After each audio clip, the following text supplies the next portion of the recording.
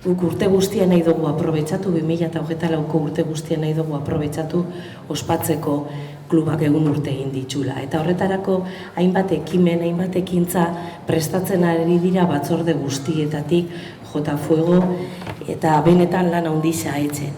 Beti be, kluban lana herrizan ikusgarri etzeko eta herrizakin disfrutatzeko, herrizan parte hartzea sustatzeko, hori da beti helburu nagusisa. Adibidez, mendizak kalera ekarri nahi ditu bai eskalada, tirolina, orientazioa, atletismoak, nahi dauz ezi lasterketak, jaurtiketak kalera ekartzia. Esaten dodanean, ekimen horrek ez dira pentsatzen mendira joan eta etxia edo unbera joan eta etxia. Nahi dira, hemen herrizan guztion ikusgarri etxia. Txirrindularitzak arrate igoera bat eta kriterium bat kalian montatzea nahi dau, ez profesionalendako bakarrik, herritarrendako, pilotak frontoian jolasten dian partidetaz gain, pelota kalera ataratzea nahi dau eta kaleko hormak erabiltzea nahi ditu, umiekin, gaztiekin, nagusizekin, edonokin, pelotan etzeko kalian.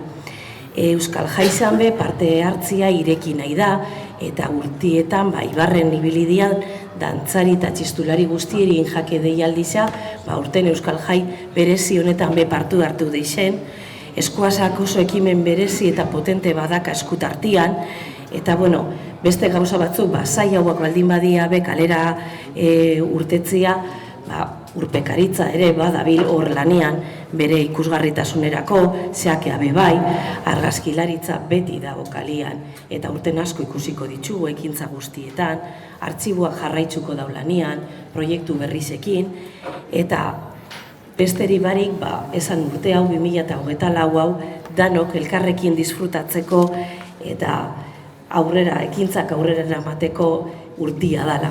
Eta nahi zaitzuegu guzti hori parte hartzen, eta honekin, hitz hauekin, hasiera emango gotzagu gure urte hurrenaren ospakizunoa.